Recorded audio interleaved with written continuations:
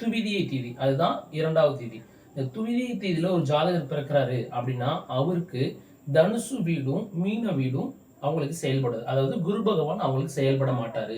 எந்த சூழ்நிலையும் குரு பயிற்சி நடந்தாலும், குரு அவங்களுக்கு நல்லதாவே இருந்தாலும், நல்ல வீட்டுகள்ல இருந்தாலும் குரு பகவான் செயல்பட மாட்டார். அப்ப என்ன மாதிரியான பிரச்சனைகள் அவங்க அனுபவிப்பாங்கன்னா, இந்த குழந்தை பிறந்ததுக்கு அப்புறம் இந்த குழந்தையால தந்தையோட வளர்ச்சி சரிந்துவிடும்.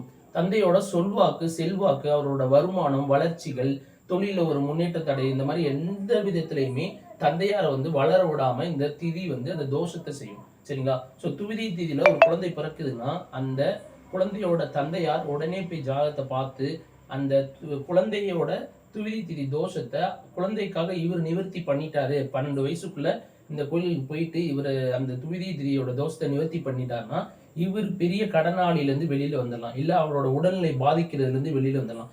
குழந்தையால அவர் அனுபவிக்கக்கூடிய பிரச்சனையில இருந்து வெளியில வந்துடலாம். சரிங்களா? சோ நம்மளே நிறைய பார்த்திருப்போம். இந்த குழந்தை பிறந்ததுக்கு அப்புறம் நான் வாழ்க்கையில பெரிய கஷ்டத்தை அனுபவிச்சேன். இந்த குழந்தை பிறந்ததுக்கு அப்புறம் அப்பாவோட வாழ்க்கை ரொம்ப அடிமட்டத்துக்கு போயிடுச்சு. இந்த குழந்தை பிறந்ததுக்கு அப்புறம் அப்பா உடல்நிலை சரியில்லாம போயிடுச்சு. பெரிய நோய் தாக்கத்துல வந்துட்டாரு அப்படின்னு சொல்லுவாங்க. சரிங்களா? சோ இந்த மாதிரியான எல்லா சினாரியோக்குமே துவிதியை தீதி மட்டும்தான் காரணம். சரிங்களா? சோ துவிதியை தீதி பிறந்த ஒரு குழந்தையோட தந்தை, தாய் 2 பேருமே அந்த திதி தோஷ கோயிலுக்கு போய் தோஷ நிவர்த்தி செஞ்சுக்கிட்டா கண்டிப்பா லைஃப்ல ஒரு சக்சஸ்ஃபுல்லான லைஃபை கண்டிப்பா கொண்டு வந்துடலாம்.